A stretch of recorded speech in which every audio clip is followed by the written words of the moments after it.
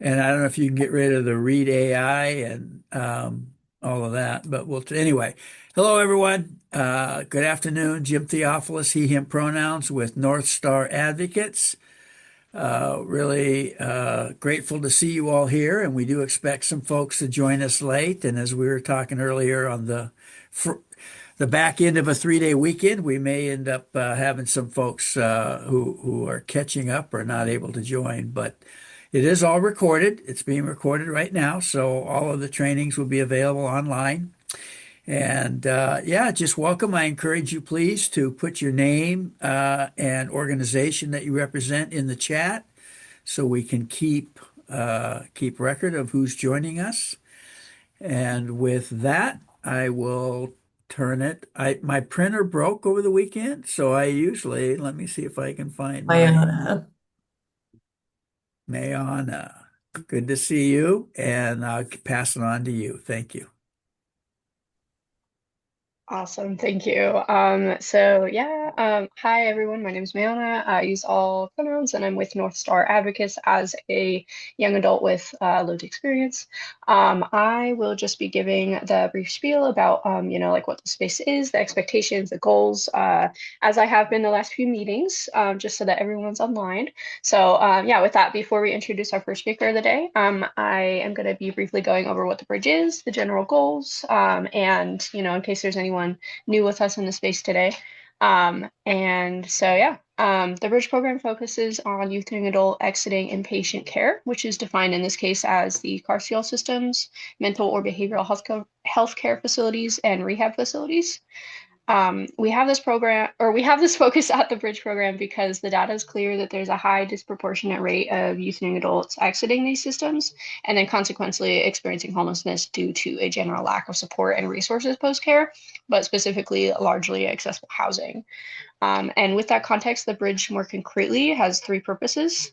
So the first one is information and resource sharing. Like for this meeting today, for example, we really just want to aim to communicate with our community partners, so you all, to ensure that we're more informed with up-to-date practices and research regarding the varying forms of support for youth and young adults with from those systems. And then we also want to share updates and bring information that we have to you all in an effort to community build. The second purpose is continuing to develop what we call the return to community planning, which is what we have named the discharge framework that we use for the bridge housing when youth and young adults are ready to return to community after having spent time at the housing. This framework was and is informed by youth and young adults with lived experience of homelessness and these systems to ensure that, again, we're not just like a repeat of the frequent systemic discharges into homelessness that I mentioned.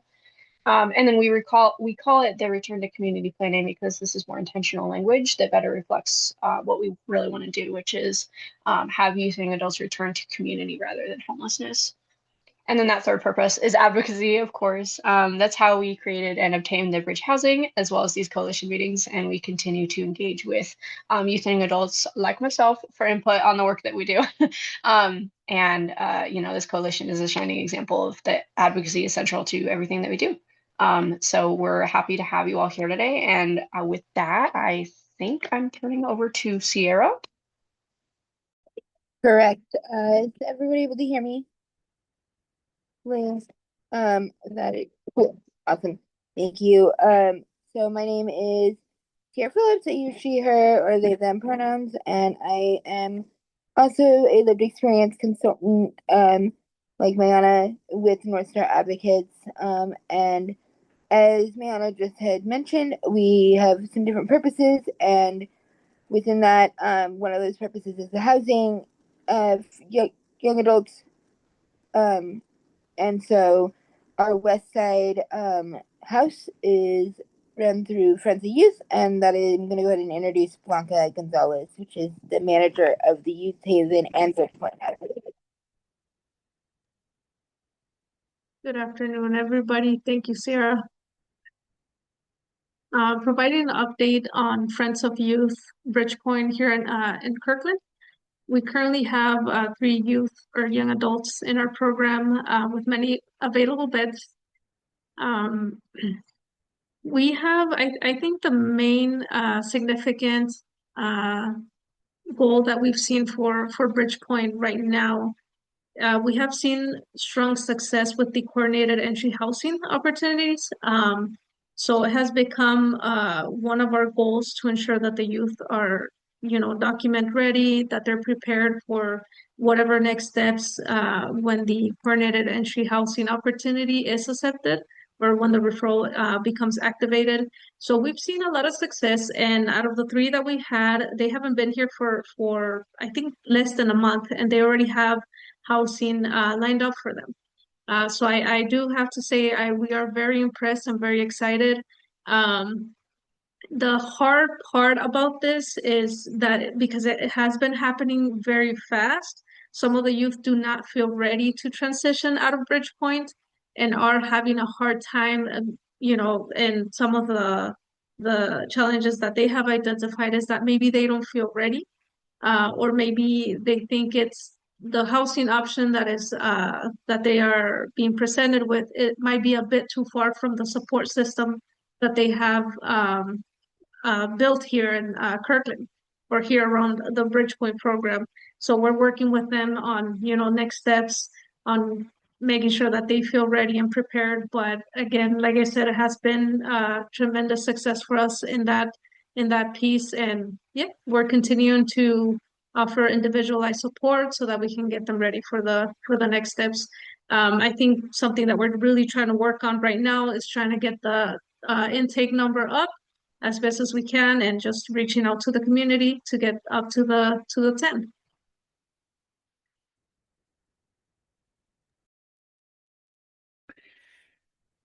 Blanca, could you address, and I'll ask who's ever going to present with well-being? Looks like Dylan as well. I've been talking to some of the organizations that provide legal advocacy. Are you seeing a need, like young people coming in needing warrants squashed, X fines? Like, are we seeing a need for some legal support with young people? We do. We actually talk to a lot of their public defenders, and we are seeing the youth come in with certain legal issues that they are still trying to address, or maybe fines that they have to pay. It doesn't happen a lot, but we do see it. And so we do try to connect them as fast as we can with the right legal representation or resources. Great. Thank you. Hello, everyone. My name is MJ Negron, she, her pronouns, and like others, I'm a lived expert in consulting here at North Star.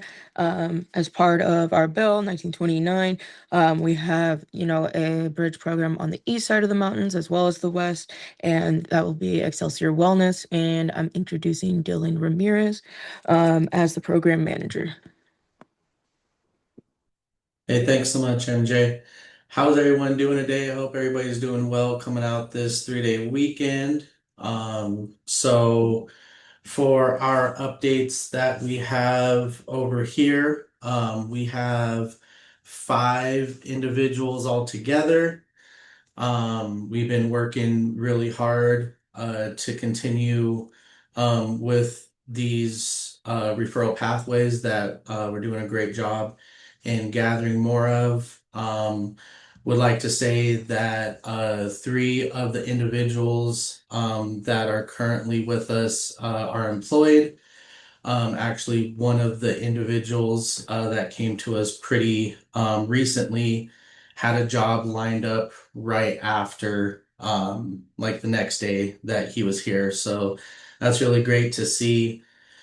Some of the things that we've been seeing, kind of just to go off of what Jim was saying in regards to any warrants or anything that needs to be quashed, we haven't seen that yet. But once we do, or if we do run into that in the future, we'll be able to be reaching out to get that support needed. A lot of these individuals that are coming into us are already working, getting different voucher systems going for housing, talking about possible reunification, and then also have an individual on the kind of lottery list per se. So been just working with them to think about as, life switches, how they continue to work through their return to community plan. If things change, just letting them know that the staff that are available, including Maleka, who's the care coordinator, is there and ready for them when needed. So that's the updates that I have so far. I'd be more than happy to take any questions, or I know that Maleka's also available to be able to answer anything as well. Oh, also, before I jump off, wanted to say that we were delighted to have Sarah and Jim out last week for our refresher training course that they're able to provide to staff that were able to attend the last one, and then also some of the new staff that were coming on. So just wanted to say once again, that went really well, and the feedback that I got from them, it was really positive, and also wanting to have some more further updates and maybe as Sarah kind of pointed out there the last time, kind of some follow-up about the Narcan training and everything. So that's what we have going on over on this side. Thank you. Thanks so much, Dylan. Does anybody, I'm going to kind of jump in because again, for those who were just joining, our agenda is getting switched up. Ryan Kent from STARS was going to present next, but he's on an airplane traveling back, so he'll come next month. But I want to make sure, does anybody have any questions for either housing providers before we move on to our next presenter? Okay, I want to thank you guys so much, and I'm really excited. We actually have VOA here. Alex, Alex, how do I say your last name so I don't butcher it and pretend like I Mattison. Madison? Okay, Apparently it's Hungarian, but I don't know if that's true or not. okay, I'm looking at it. I want to go there, but I don't. So Alex, I'm going to go ahead and hand the meeting over to you at VOA, and I'll let you do your introduction. And again, you have more time than anticipated. So thanks so much for being here with us today. Oh, no worries. I'll see if I can share the presentation real quick. I should have my supervisor with me as well. His name is Luke Bishop. I don't know if he's in the chat or not just yet, but I'll see if I can share because I'm not too familiar with Zoom itself. We usually use You know what? Teams. You can, it's down, and this happens a lot, so no pressure. If you look down at the bottom of your screen, oh, Luke is here too, by the way. Hi, Luke. You're gonna see like a little arrow button going up, and it will Share. be share. Yep. Perfect. And if not, you can send it to me, and I'm happy to operate it. But if you click your desktop, we'll see everything on your computer. So just in case. Gotcha. Now I think I should be good Okay. with this. Let's see if this works. And I can just go to present. So is this showing up on your end? Yes. Perfect. All right. Well, I guess I'll just reintroduce myself again real quick. My name is Alex Madison. I'm a housing case manager for our transitional housing programs. I'm more of an expert on the transitional housing and rapid rehousing components. Luke is more familiar with the IYHP or foster youth housing programs that we offer, as well as the information pertaining to like Aston Black, Alexandria's House, and YAS or the Young Adult Shelter. But for transitional housing, we go through what is called like a master lease program. So we have our own properties, but we also reach out to other landlords within the community and sign leases with them between them and VOA specifically. And then we will lease within our program with our participants. So essentially what happens is they will sign a 3-month lease. That can obviously, it goes to month after that. They have anywhere between up to, I believe it's 18 months within the program. There's been some discussion on changing those numbers. but it's really designed to be a temporary program. Ideally, it was designed for us to get housing within 3 to 6 months, but as I'm sure everyone here on the call can attest, it's pretty hard to get someone stable and housed within that time frame. So our transitional housing model deals with 18 to 24-year-olds. It's more geared towards youth that need more hands-on stabilization and probably have larger housing barriers, like maybe they have a criminal background or an eviction that needs to be kind of worked on. We do have a strict no guest policy that we're very upfront with individuals at the very beginning. It's also a singles only program. So they can't have kids or anything like that to be eligible for our program. If they have like family, then we'll refer them somewhere else like Catholic Charities. And then currently we're kind of at capacity and not taking referrals. So I didn't want to delve too much into information on this program just because I don't think it'd be that beneficial with what other programs we do have on offer right now. But if you do have any questions specifically for that, please reach out to me directly. I'm more than happy to answer those. What I really wanted to focus on was our rapid rehousing program. So this also deals with your 18 to 24-year-olds in our population. They are housed independently within the community with with landlords.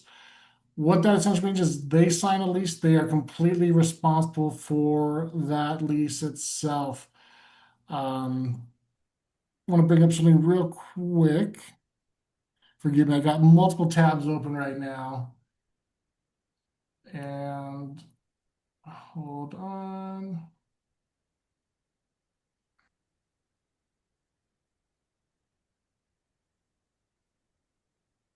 Oh, there we go.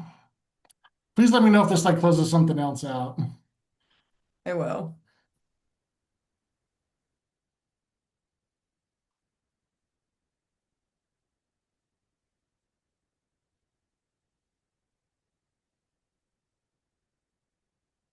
Okay. I'll leave that there for now. So, Rapid Rehousing is also a progressive engagement program, which essentially means is the tenant is eventually going to be solely responsible for the lease that they sign. So we help them with their upfront deposit. Then we also pay rent over the duration of the 1 year lease. So as you can see on the screen, it's kind of broken down where we will start it at 100%, it'll go down to 75%, 50%, and then 25%. And those will be in 3-month intervals. So the first 3 months of the lease, we'll pay 100% of the rent. The next 3 months, we'll pay 75%. The individual pays 25% of their rent, and so on. It's also kind of determined by whatever FMR is that year. And I think in the next slide it will, hold on. If I go back.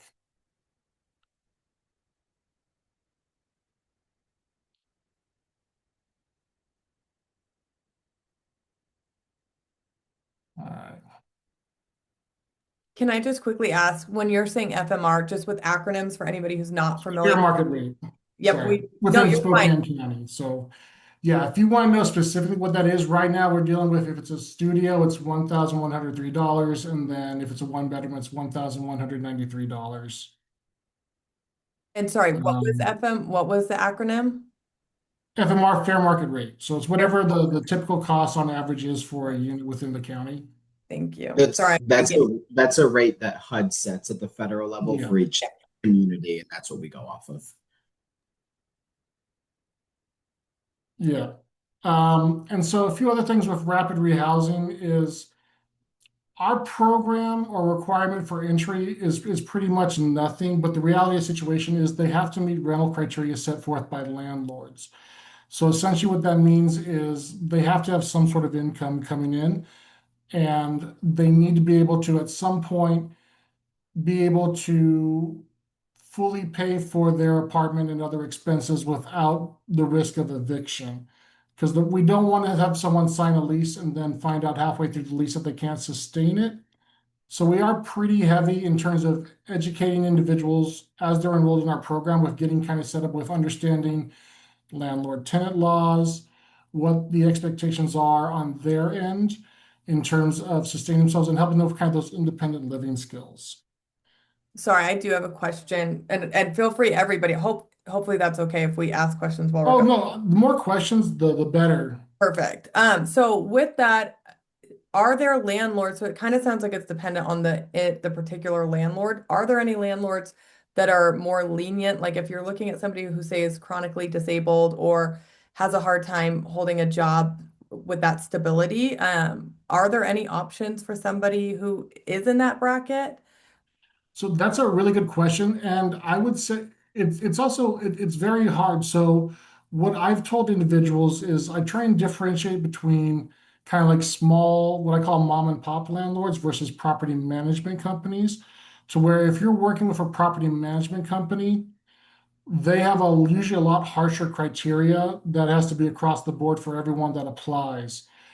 And usually, when it comes to like your smaller landlords, there's more wiggle room for being able to talk to them one-on-one, explaining the situation and kind of really fostering that human connection and really showcasing what that individual would be as a potential tenant. So I spend a lot of time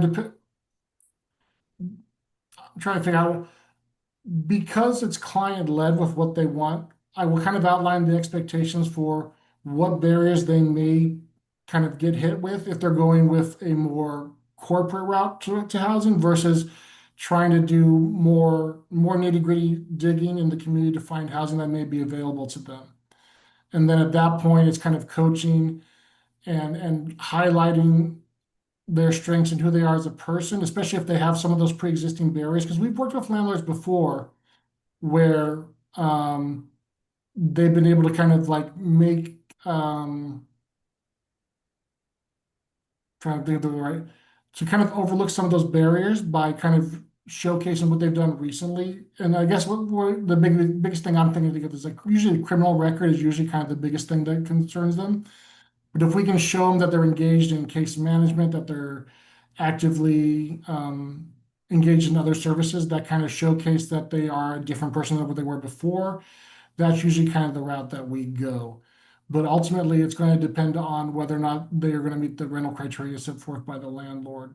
And I then don't know if that kind of answers your question specifically. no, it totally does. I do have Okay. another question. How many, just like in Spokane or the county, how many landlords do you actually have? Like So partnership? that's a tough question. We usually work primarily with property management companies. The biggest issue we've had lately is there's been kind of a shift in who's working for who or properties that get bought up by other property management companies. And then the implementation of AI with the screening process and even just kind of meet with a person to set up and schedule appointments with them has kind of changed the dynamics, in my case, within the last couple months more so. We've also had an influx of new property management companies that I don't know where they came from, but now they're in the market with properties that are advertised in our area. Um, so yeah, that's a tough question because I feel like the market's changed so much in the last 6 months. Yeah, that's interesting. Thank you so much. I'm going to put myself on mute and if anybody has questions, please jump in. So yeah, going back to the slide, like because they're signing their own lease, there's that formal landlord-tenant relationship. The rules are determined by the landlord. They're going to be outlined in the lease, and then if they're not following the lease, then they can, they run the risk of facing eviction. How we try and mitigate that is we're engaging them with case management throughout the duration of their lease. So we'll do check-ins, we'll do apartment inspections, and it gives us an opportunity to catch things early. For example, if someone's not maintaining their apartment, it's unclean, it could be a sign that maybe there's something going on. There could be depression, could be mental health things. And as long as we have a positive relationship with that person, we can kind of open that discussion up and kind of link them to services earlier to mitigate that risk of an eviction down the road. So we're a very big proponent of actively engaging in case management even after they're housed. And it's also reassuring to the landlords because they have us as a point of contact if they have concerns.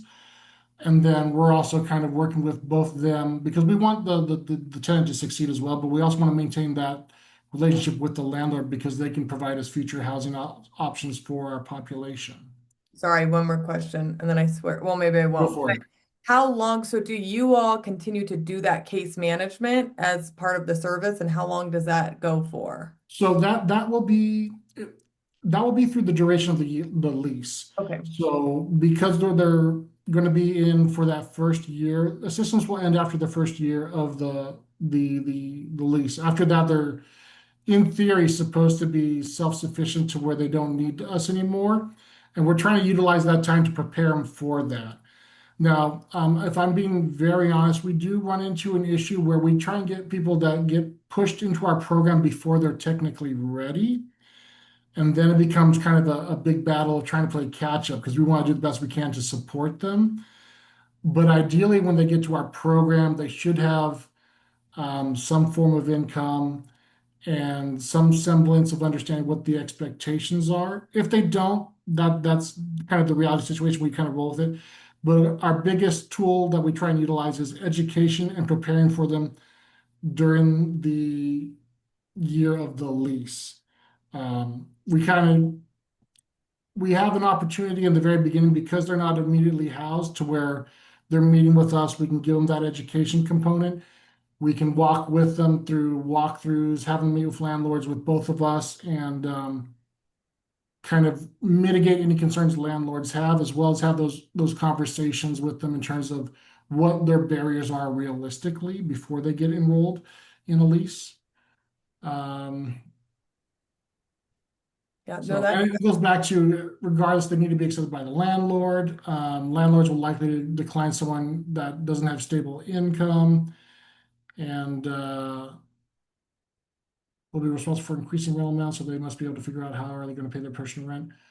So yeah, that's just an education component where we help have them understand what their responsibility is payment wise, and we help them usually by developing a budget and having them understand what their expenses should be. And that goes beyond just rent because a lot of people don't fully know what their spending habits are, especially if they're in survival mode. So it's a huge component that we've been kind of pushing for lately where we're showing them how much they're taking in, how much they're spending, where it's going, identifying healthy and unhealthy habits, and then trying to get them set up with ways to prepare them. And what I mean by that is like we will talk about opening up savings accounts, working with organizations with the community like STCU or other banking organizations that are willing to kind of help those that aren't making a lot, but can provide some basic education as well as help them set up with basic accounts. Hey, Alex, I also want to interrupt real quick. I think Jim has a question. I don't know if you can Yeah, see go that. for it. Thanks. Oh, thank you. Thank you, Luke. So do I understand this that a young person may start in the TLP program and then you funnel them into the rapid rehousing program? Yes, that would be ideal. Yeah. So what happens to those who clearly are not ready for rapid rehousing? So there's a few routes with that. It kind of depends. So like, are you talking about if they're in transitional, but they're not ready for moving into rapid? Correct. So what we try and do we have a program agreement that's kind of tied to our leases. So what that will typically look like is they will meet with us once a week for case management, and they also have to be working on other external goals that are all kind of geared towards what they ultimately want, which is to be housed independently. If we're looking, we can't magically like wave a wand, and if they're not engaged, we can't help them. But we do have realistic conversations with them based on what they want, and let them know what those outcomes will be. Um, so Well, I just want to say, and again, please don't take this personal yeah, go because for it. um, uh, I've been out there about. So when rapid rehousing started, you probably know it was mainly for families who had Mhm. literally had housing and then one of them lost a job or some healthcare thing. So they were families who, A, were usually grown folks, middle-aged folks who had families, had experience with getting jobs, so they knew what it meant to get back on their feet right away and have someone pay that first and last and support them over a year. And I think, I'm sure, I haven't looked at it lately, but the data for families that fit that kind of scenario I just said, off the charts positive of success. And then the system does what it does, which is said, well, it works so great for this population. Let's start using it for all these other populations, including youth and young adults, which I know I'm a little concrete, but even the name rehousing, many of the young people I'm serving anyway, this is like maybe their first time having their own rental agreement, being 100% responsible. So we do know that many of them, and you had mentioned this, so this is me just talking to the group and then wanting to hear your response. It's not a criticism at all, because you mentioned that you were aware of how many what we know from the data is how many young people ended up getting kicked out because they didn't follow through on their rent, because they didn't get a job. So in some ways, their life was worse when they really came back and tried to get housing again, because they had all of this stuff that went sideways for a program that most of us could probably say, Jim's a good guy, but at 19, with everything he's dealing with, he's probably not going to be ready in a year, dealing with my addiction issues, et cetera, et cetera. So I'm glad you're aware of that, because I think what happened is the system poured a bunch of money, so we followed that money because we want to serve young people. And young people were like, of course, if it'll get me off the streets, I'll say yes to damn near anything. Even though they probably knew at some point, boy, can I really take this whole thing on in a year? So please accept that as just kind of comment for the greater good, and love to hear you or Luke's response. Okay. I mean, I think those are very, very valid. And I mean, if we're being very honest about it, I feel like our initial approach was very reactive as opposed to being proactive with what was going on with that population. I can't speak to it in depth, but I know that we're being very proactive in remedying that and getting these individuals kind of set up well in advance before they hit the rapid rehousing stage. Because realistically, in order for them to be successful, there should be other things going on before they get to us, to prove that they're ready for that housing situation. So, I mean, I can only speak to from my own experience. What I do as a case manager is I I am very black and white in terms of what those outcomes will be while honoring what their goals are. And so what I mean by that is when we're engaged in case management, if they want if they want to get housed or something, but we're noticing other barriers like lack of income, or if there's even drug use or something, it's having those earnest conversations and directing them towards those resources before they're ready. Because I've told them before that they will fail and get an eviction on their record if they don't take care of these issues beforehand. Um, I know that I don't advocate for them in a way so much as if, like, I don't want to, I'm misspeaking, but what I'm trying to say is I don't want to set them up to fail by having them sign a lease that they're not ready for and then get an eviction on their record. If Yeah, that makes sense. 100%. Thank you for that. So Let what me we're ask trying this. to do is address those issues early on and kind of gear them towards understanding what they need to do in the moment to move forward. Yeah, 100, thank you. So we have some people that have been enrolled in Rapid, but they've been enrolled for months because it's taken a while for them to get traction in employment. And then from there, we're looking at, can they stabilize employment? So if I'm giving a hypothetical, I have one individual that I've worked with maybe close to a year that's been couch surfing. Only recently they've been able to get their life in order to where they were able to secure employment. And by their own admission, because of the conversations we've had, they don't want to jump into housing right away. They want to see if they can maintain employment before moving on to the next step.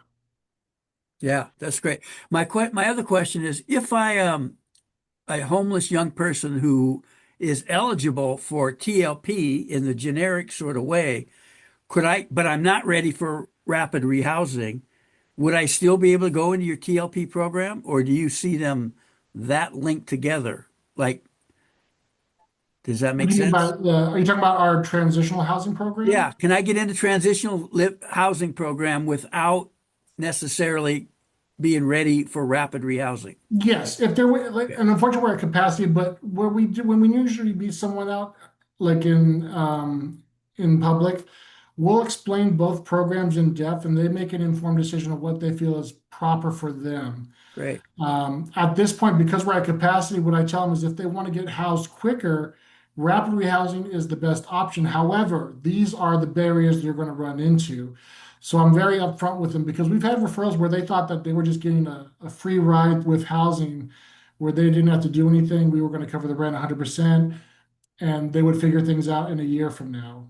And so once you have that conversation and properly inform them, then some of them may be, you know what, I'm not ready yet, and kind of look for alternative housing. Because we do talk about other things that they may do. We do ask them questions like, do you have family that you could live with in the interim? Do you have, what other resources do they have that they may not be aware of? And then if we use those first as opposed to rapid rehousing as the last resort, because like I said, we don't want to set them up for failure. Yeah. Thank And you very again, much, it Alex. goes by if they're not meeting the rental criteria set by the landlords, it's impossible to get housed because we only have control over that, no matter how good our relationship is.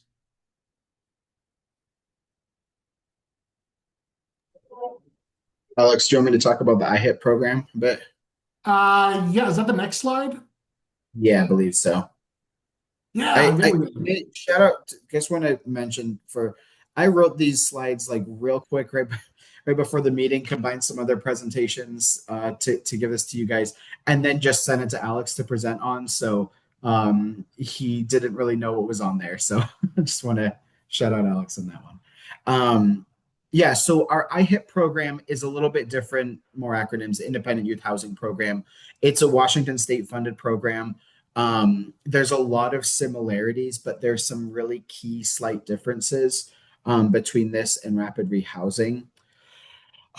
So for we call it IHIP. They have to be a young adult that was in foster care in Washington State for at least one night. So one night is enough. That must be like in the formal foster care system. So, you know, that some folks have an issue at home and they go stay with a family member for a few weeks as like a foster situation, but it's not a formalized foster care relationship. So it has to be formalized through the state of Washington. So if they come from Idaho, that doesn't work either. Um, oh, I put can include foster care. That's supposed to say within um, like a Native American indigenous community foster care within Washington State. We also work with like a tribal foster systems. That's what it's meant to say is include tribal foster care. Um, they are also housed independently, just like rapid rehousing. They have to participate in case management. This program is quite a bit longer than rapid rehousing. So we step down, we pay 100%, then 90%, then 80%. So we go down 10% every 3 months. So we can help them move if need be. You know, if they finish that 1 year lease and want to move to a new place, we can help them in that transition and remain with them. But we will pay an increasing amount of their, or a decreasing amount of their rent. The participant will pay an increasing amount. Susan, do you have a question? Yes, I do. Thank you. Is there like, is this also serving 18 to 24, or is this including younger folks as well? I believe this one's 18 to 25. I think Okay, I gotcha. don't know if because doesn't the IY also go down to 13 technically? To Or am I 13 years old. No, I don't think so. I don't know. I may have misread something else in a blurb. No, this is a program, as you know, out of Office of Homeless Youth that, in fact, one of the things Yeah. I'd love to hear you address, it is for after you've exited foster care. I'm Mhm. pretty sure of that.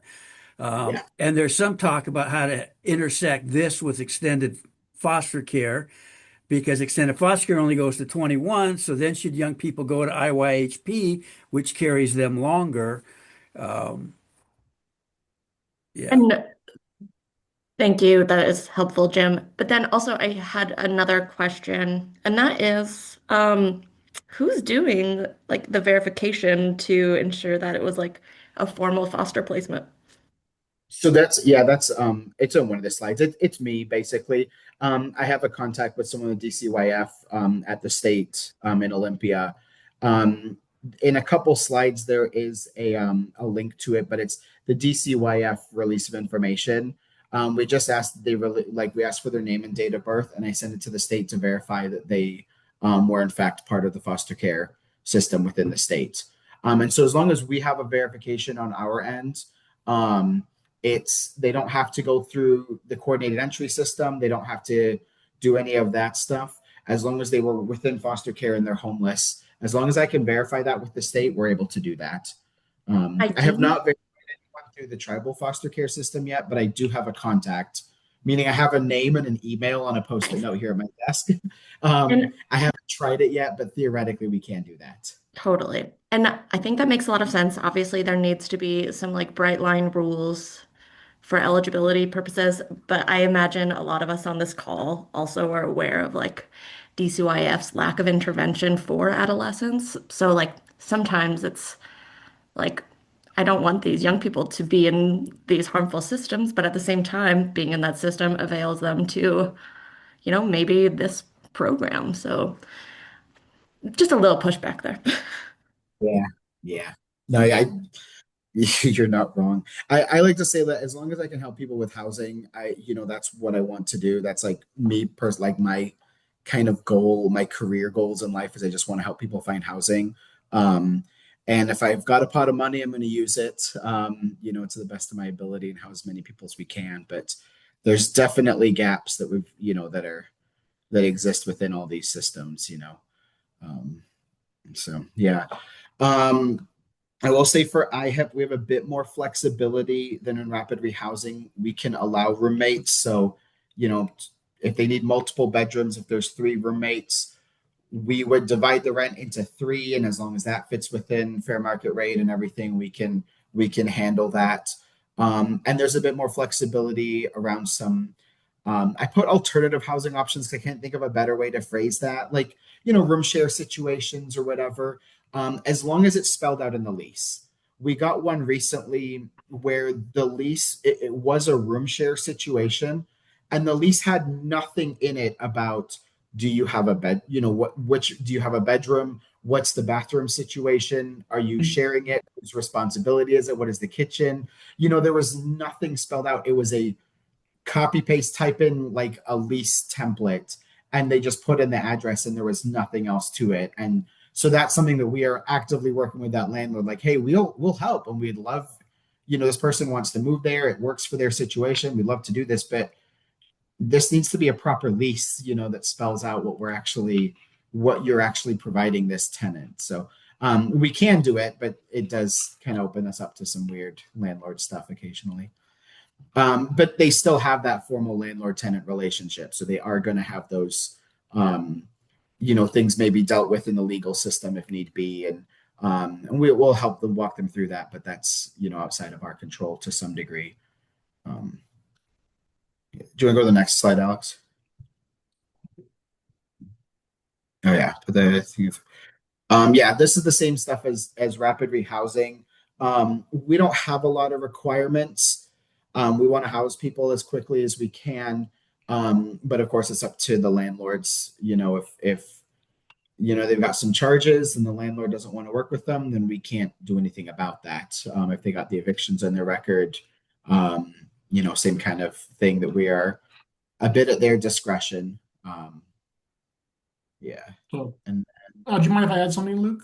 yeah, please go ahead. So, kind of going off of like criminal records and stuff, what we've done like for rapid rehousing stuff, especially if it's like if this were a criminal record where they were under the age of 18 and we can get it sealed, there are avenues where we help assist with that. Outside of that, what we've done with those that do have a criminal record is we identify specifically what the record is, what kind of crimes, and then we talk to the landlords directly and are very upfront with it, to kind of give the opportunity for the individual to make a case for themselves. So that at that point, we really encourage them to advocate for themselves. Because historically, if people hide information, it gets found out, they're automatically declined. So we do have an education component where really we're pushing forward with that honesty because we want them to build a strong relationship with the landlord. Yeah, thank you. Oh yeah, there's the piece about the referrals. So yeah, just if you you can do a Google search for DCYF, consent for release of information, if you're not already familiar with it. And if you want to fill that out with your client, you can just send it to me. And I'll send, I can't remember her name at the state, but um we are we reached our capacity for the year with IHIP. So we are hoping that July 1 at the start of the fiscal year, we'll be able to start again. So we're kind of on a bit of a pause. I've got a list of folks that we will contact, but theoretically, July 1, we should be able to bring in a bunch more people. So Can I ask a hopefully, question on that one, yeah. just for knowledge? Is that just because there's a pool of funds and you've reached that, and so you're waiting for additional funding from the state? Like, what does that look like? Yeah. Basically, we got a pool of funds and we kind of just ran out with that. I don't know exactly what's, some of the back end conversations. Some of what hurts, Alex was talking a bit about it earlier, with the way like the kind of rental landlord world is working right now. A lot of them are asking for like double deposits, which, hurts us. I've seen a couple, I saw one landlord, they stopped asking for double deposit and like jacked up their like move-in fees or whatever, which I think is a way for them to just charge more money and not give it back. If you charge a double deposit, theoretically, you should be giving some of that back. But yeah, Susan, you can do the increments for the deposits, but we can also cover the deposit. And then some landlords are trying to avoid that by doing like a move-in fee with $500 or something, which I don't know if that's entirely legal, but we've seen a little bit of that. So it just kind of, we got hit pretty hard, or that kind of added to our costs for the year. So I think we're trying to get a little bit more, basically. Thanks so much So, for that. yeah. And then I think I can send the last slide is our contact information. I think can I just send you the slides, or I can post them in the Nope, in the just chat? send it. I was gonna ask anyways, just for my notes, because Yeah. that'll help a lot if you send it to me, and I'll make sure in our readout, I'll send your guys' direct information in meeting notes as well. So it'll be on the website, Cool. but definitely send me your slides. Awesome. And there's other case managers, within our team and stuff, and within the housing case management team. And then the begin. I don't know exactly what uh programs you wanted to talk about. That's why I did mention Yaz and like Alexandria's house and stuff, our young adult shelter at the top of that. I put that in the slides just because that's also part of VOA. It's not part of my team that I supervise, but we all work really closely together. Most of our rapid rehousing referrals are at some point have been involved in Yaz, at the young adult shelter. I'm sure most of y'all are familiar with them, but If you want to take a couple minutes, again, we have the time and I can include it in the notes, even if it's just a brief overview. Totally fine, but it's up to you guys. sure. Yeah, I can. I'll speak to Yaz real quick. Is a shelter. It's if you're not familiar, down off of what's the address? It's Uh, 3104 East Augusta. Thank you. Down by SCC. It is a low barrier young adult shelter. I don't remember what age they go up to, but they start at 18. Um, they have a few case managers who work there. Um, I believe you have to be in by a certain time in the evening, so it'd be worth calling them if you have someone you want to refer. Jim, did you have a question? On a different topic, please continue. Oh, okay. Yeah. So yeah, Yaz. They're a low barrier shelter, so anyone can go in at any time. I think they they tend to not have a lot of openings. They'll have a few per night. But they do have a lot of rotation. So if they're full one night, they're probably going to be open the next night. Um, so yeah, Yaz and Crosswalk are different. Crosswalk is for under 18. Um, and that's at our new building, which is like 2 blocks away. That's actually where Alex and I both are right now. I'm surprised you can't hear them. There's a lot of music going on in there. I'm like right around the corner. But they yeah, so Yaz is for or Crosswalk is under 18, Yaz is over 18. Um, yeah, both low barrier and have a lot of turnover. There's a lot of folks who stay for a while, but there's also a lot of turnover. Some folks will stay for a night or two, so it's not too challenging to get into. And then Alexandria's house in Aston Black, I'm not super familiar with, but they're both housing programs for young, I believe exclusively young mothers. I don't think they do, fathers, or I think it's just mothers with children or who are pregnant. And that's also part of the VOA young adult housing stuff. Yeah, that's just kind of quick overview. Yeah, that's great. And VOA's been present to young people facing homelessness in Spokane for a lot of years. So thank you for that. I guess so. I'm assuming you know what the bridge is, and as described earlier for young adults, particularly the bridge housing for young adults coming out of inpatient mental, psychiatric, and/or substance use or co-occurring inpatient treatment. Can you just talk, since we have a few minutes, what you're seeing from young people around addiction and/or mental health issues, particularly as it relates to are they interested in treatment, but they can't get a bed? Are they, yeah, just kind of just high level. I'm not expecting data Yeah, exactly, but just what I you can. guys experience with young people wanting to go into treatment and use that as a Yeah. vehicle to get off the streets. Well, I'll kind of, yeah, I don't have any data or anything on me. Anecdotally, we started a new substance use disorder SUD program a few months ago, and we have seen. I was surprised by how many young people have connected with our sub counselors. They've been doing group and individual treatment at Yaz and at Crosswalk for a while now, and they've had lots of engagement. I don't know, how many of those young adults are coming in and, with addiction issues or willing to acknowledge them yet, or what other treatment they're doing. But I have seen I do see the SUD team being very, very busy with them. So that's been really cool to see, that there is need that is being acknowledged, and they're willing to engage in that treatment. So that's been cool. Yeah, that's really cool. And I don't know if you know Maleka and Lauren and Dylan. This is a good opportunity, and you probably do. So this is me falling over myself to make sure that connective tissue does happen, because Spokane's fortunate to have one of the bridge houses in Spokane through Excelsior Wellness. But when we wrote the report and we were doing this, that sort of identified that as I believe Mayana said at the beginning, of all the young people coming out of a system of care, foster care, juvenile rehab, and inpatient treatment, by far those who were homeless in 3 to 12 months were coming out of inpatient. So that's kind of what got this. And when we wrote that report that exposed that and elevated the issue, I heard from a lot of outreach workers and shelter staff that they don't even refer to inpatient anymore because the young people come right back to them, and it's demoralizing for the staff that work so hard to get them in there, as well as the other young people like, well, I'll never go to inpatient. Jim went through detox and all that pain, and they just sent him right back here.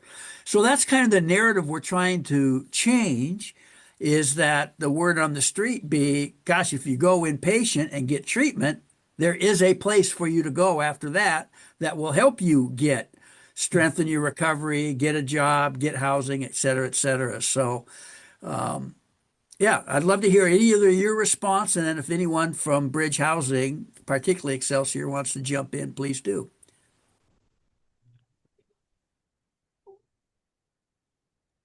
But Luke, I don't know if you or Alex have a response to what I had said So I before. do know in regards to that for like our transitional units, specifically, if they do want to go through in treatment, we do hold that unit for them to come back to.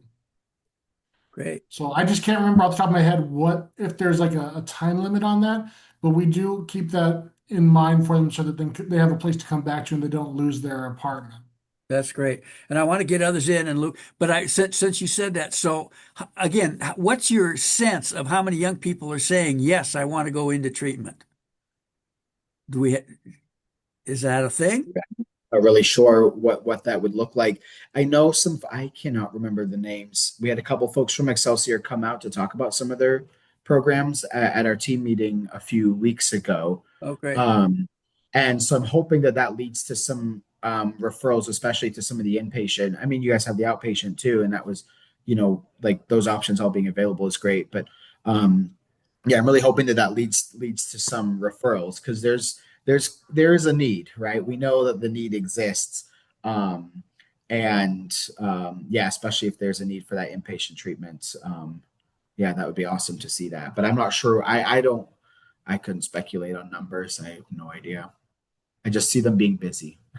Can I just jump in for a second too on this? Because I'd love to make some connections. It would be great if do you have the contact information for the SUD team that's doing that? Because maybe then we can make some connections. And Dylan, I might put you on blast here in a minute if you've met with their SUD team at VOA. And then subsequently, that's why, and I'm really sad he's not here, but he'll be here next month. And I'm hoping maybe your SUD team can come. We were having the executive director of STARS, Spokane Treatment and Recovery Services, which I'm sure maybe you're familiar with, inpatient, but they're really looking to kind of learn more about housing.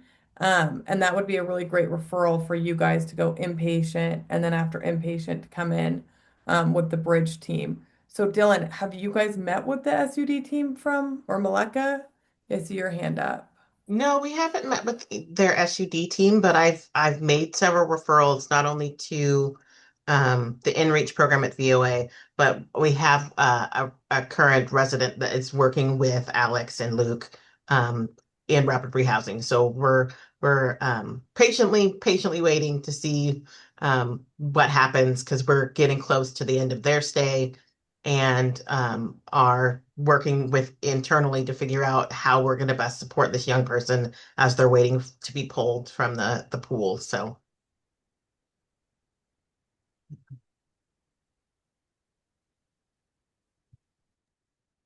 Yeah, we'll hopefully be able to pull his name this week, Maleka. We are talking about him and hopefully get that going soon.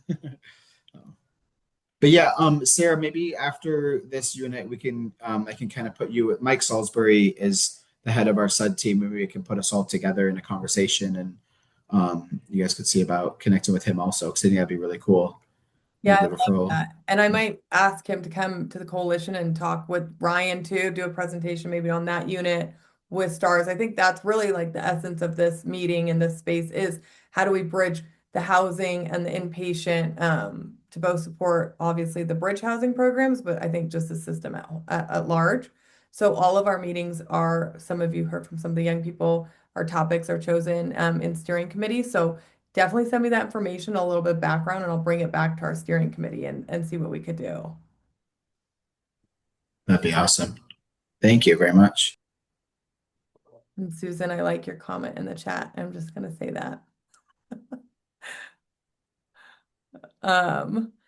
Jim, anybody else have any questions for our presenters? Okay, I really want to thank you guys for coming out and doing the presentation. And I hope you do stay because we actually, again, we don't have Ryan here, but we are going to pivot a little bit. And I am going to give a survey. We're going to do a Menti. We're going to see how that goes. I don't know if anybody's ever used Menti. I think maybe a lot of people have at this point. But if not, this is very casual. Please feel free to stop me and I'll walk us all through. But in a minute, you will see a QR code. It is anonymous. I want you all to know that. Very low level, but North Star Advocates in partnership with Office of Homeless Youth's Youth for Youth Board have been conducting youth and young adult behavioral health summits. And it is really looking at, again, that intersection of behavioral health and housing. Our first summit was on neurodivergence. And it went amazing. We had our young adult lived experts who presented the findings actually at the coalition last month. And now we're moving forward on to the second summit, and that's going to be on trauma-informed and trauma-aware approaches. And so we thought, I had talked to some of the young people just in case we didn't have a speaker for this meeting. We'd love to gather some feedback from stakeholders, which are all of you here today. So that's what this survey is going to be. And really, we're going to use that to help bring back to the Y for Y board and our planning committee to really get an understanding of what your all opinions and thoughts and experience is in regards to trauma-informed care. So if that's something you all can stay on with me, please do. If not, I know we're kind of at an hour. The meeting's usually an hour and a half. So if you have to jump, go for it. Otherwise, I am going to start this survey. And Jim, feel free to jump in at any point too, because it will be kind of a joint affair here. So can you all see my screen? Let's see. Start presentation. There we go. I can't see the chat. So Jim or anybody, can you, somebody needs to say yes because I You can can't see it. Okay, perfect. So you can do this from your phone, and that's you just do the QR code. I like to do it from my computer. You literally just type in www.menti.com. It will ask you for a code, and that is this code down here at the bottom. It's 59659430. I see a couple of you are in here. Yeah, it did not ask me for the code, by the way. Oh, it just let you go right in? Just has me sitting on, it says you're all set, waiting for the presenter.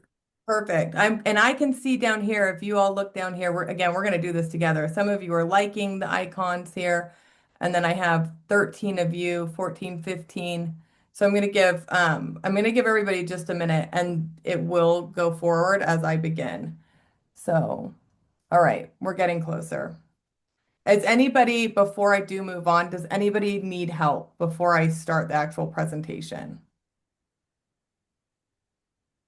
Okay, I think we have who we're going to have. All right. And you all can still see this, Jim? Yes. Perfect. So again, gathering stakeholder perspectives on our trauma-informed care for youth and young adults. This will be our next summit. This is what I just told you guys about in partnership with the Y for Y. This information is going to be gathered and will help us inform our future summit, the content, discussions, training, and focus areas. And I'm really excited because I can bring it back to our planning group. So the first one is going to be a cloud. And once you submit that, we'll start to see that. When you hear trauma-informed or trauma-aware care, what words, feelings, or ideas come to mind?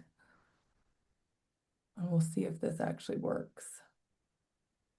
Yes, love that. That was our say too, buzzword.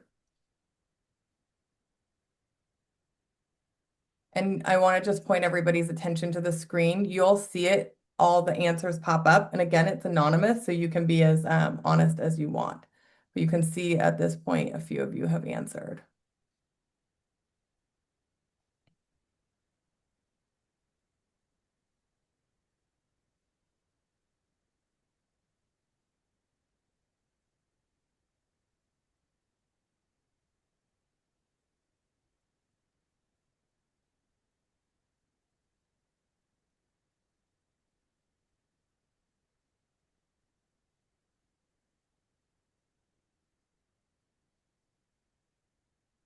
All right, and I can see if there's a couple who have not responded, but I want to make sure that we stay on time. So you can kind of see some of the responses here. I'm going to give everybody about 10 more seconds. And again, this is just data collection. We don't really need to dissect this or have too much of conversation on this because we'll bring this back probably in July to talk more about. Okay, I'm going to go to the next one. If you do want to add your suggestion and have not, you can still access this afterwards. The next question is, has your organization received trauma-informed or trauma-aware care training?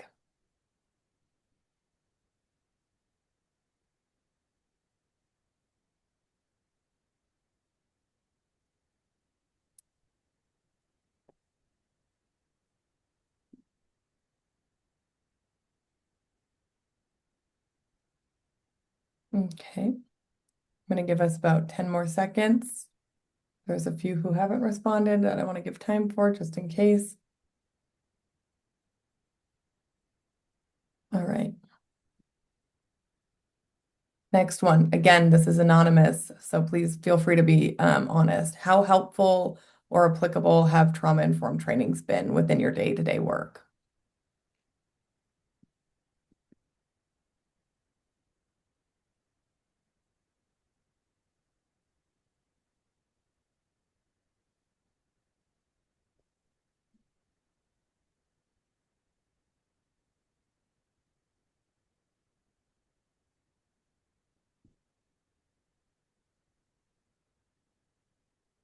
Okay, I'm going to give you guys about 10 more seconds before I move on.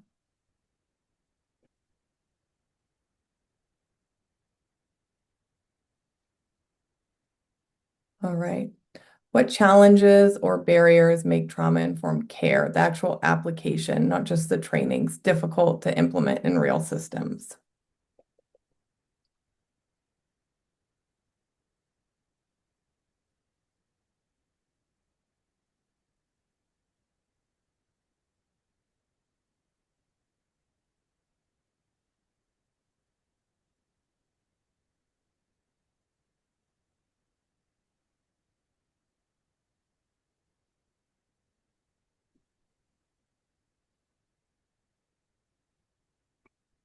Okay, a couple more seconds. We still have people coming in. I wish we had multiple. I know sometimes these are all interconnected, but Menti limited me here. All right, we're going to go on to the next one. Do you feel trauma-informed trainings are they adequately address the intersection of behavioral health and homelessness for youth and young adults?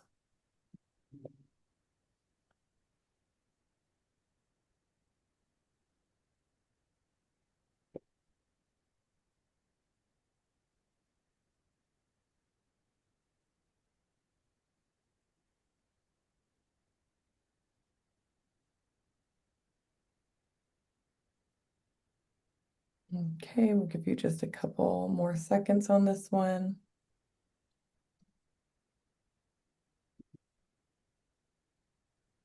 And then this is a text response. What topics have been included in your organization's trauma-informed trainings?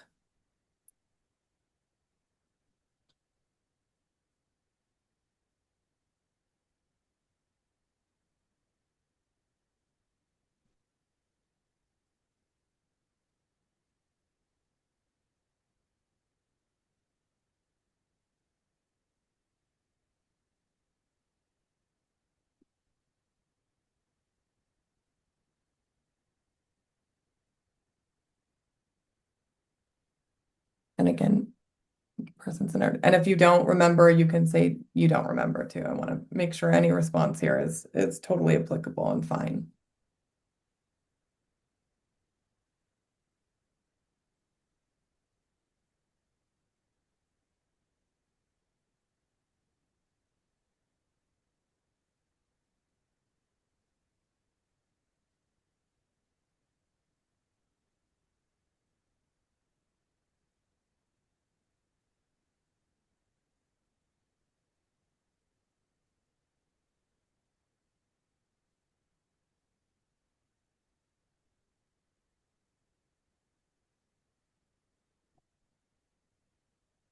We have some really good responses.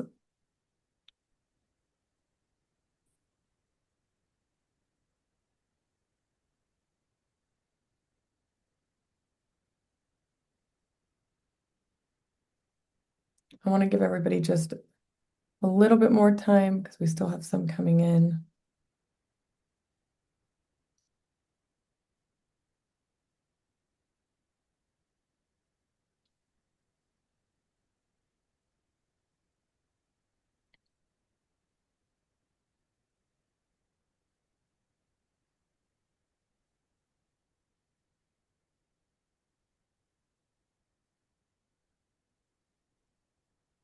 All right, and we'll do 10 more seconds.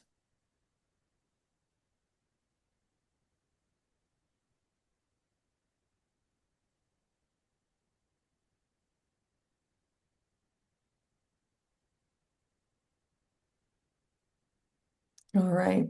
I'm going to move on. And again, if you are still working on this, you will still have that mentee. I'm leaving it. I'll give it one more second because we've still got some good ones coming in here.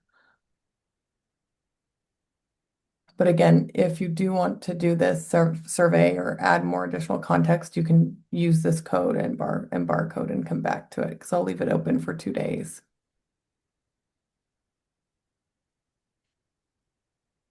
All right.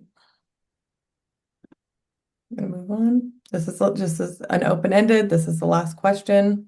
Is there anything else you'd like to share about trauma-informed training or trauma-aware care for youth and young adults? And this is really in particular to looking at youth and young adult care. And this is an open response, so I'll let you all have a little bit of time for this.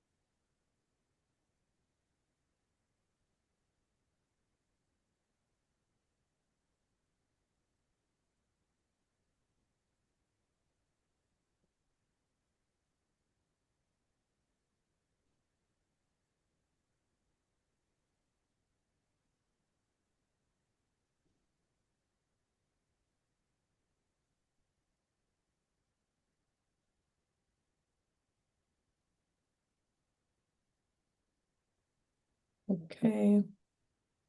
Give you guys a little bit more time.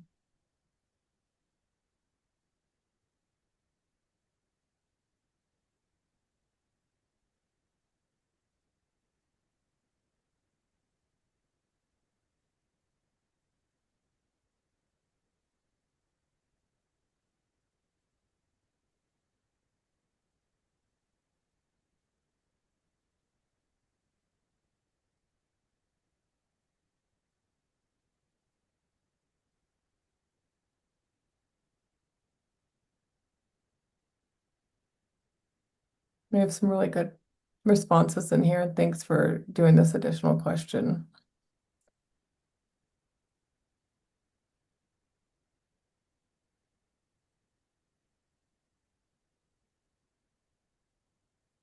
I'm going to do a remaining like 30 seconds. And then Jim, I can pass the meeting back over to you.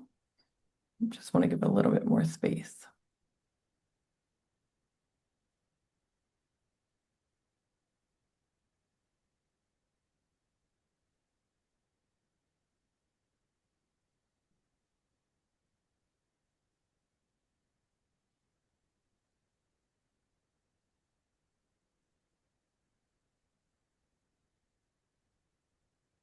Okay. And that's it. As a reminder, I will take this back to the formal planning group, and then we will meet with the Y for Y and further this discussion. And then probably in September, bring back a formal training and presentation to this group. And I just have to give such a shout out to all the young people who have been involved in the summit series. If you did not make that last meeting, I'm so sorry. It was so dynamic, but stay tuned for the next one that's led by our young people because you will not want to miss that. So Jim, I'm going to pass it back to you. Great. Yeah, and see all the hands. I hope these are hands because they saw the presentation last meeting. It really was phenomenal. So I'll just echo Sarah in thanking the young people for leading. Just a couple quick comments, and then if you have something you want to share as an update, feel free, and then we'll finish the meeting maybe early. Well, whatever we want to do with the last 10 minutes or so. I do want to say that there's early talk about, and you saw some of it in the chat, what do we want to do with the bridge housing come next session? We are anticipating a legislative session that is, everything I'm hearing, going to be just as traumatic for some of us as last session, only longer because it's the first year of the biennium. So certainly our North Star's main goal will be to protect the bridge housing funding, to consider what we're going to do about bridge coalition funding, and there's some talks going on with Healthcare Authority. But also, as we start looking at the data from both Wellspring, Excelsior, and Friends of Youth, we want to kind of get a sense of what was the utilization, how many young people did come, how many completed, and then where did they go after that. I think there's two things that legislators are really kind of thumping my chest in a good way about is, yes, one of them is utilization, how many young people are taking it. We can only pay for empty beds so long. But also people have an understanding that it takes a while to get a program like this up and running. So I think most legislators I talk to have great understanding of that. The second question becomes even more important then, what's happening to those who did enter? And anecdotally, I can say so far it seems really positive that, in fact, I run a group at Friends of Youth. We've canceled the group a couple times because imagine all the young people had jobs. So that's a very good sign of good work happening. So just to tee up, that'll be some of the analysis we're going to be doing with the providers, with Healthcare Authority, and then we'll bring it back here. So that will inform what our ask is next session. Do we need another 90-day program located somewhere else around the state? Or do we need more long-term beds, more flexible funding, more recovery housing, that sort of thing? And as Susan raised, where we really have been talking about it from the beginning, when is it time to create a house like this for minors who go into inpatient?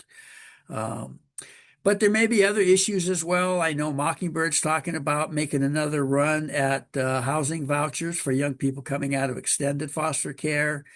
So I just want to tee up that if you have thoughts or ideas or your agency is working on something, to please feel free to bring them here. We'll have agenda time to discuss that, but there's also amazing coalitions around the state. WACHA, Washington Coalition for Homeless Youth Advocacy, is one. That if you're not a member, I hope you would join. And then the other is Child Welfare Advocacy Coalition. That really is the kind of the coalition that takes on a lot of the issues specific to child welfare, foster care, CPS, all of those good issues. And then the other is the Office of Homeless Youth. As chair of the advisory board, we instituted our own advocacy agenda this year. And so that's another place. If you're working on an issue or you want to move an issue, I think you can show up at any one of those places. You can contact me. And kind of kick it around a little bit, particularly if you or your agency might be new at legislative advocacy. That's kind of the one thing I want to tee up. I'll open it up to see if there's anyone that has any organizational or any community updates that they may want to make.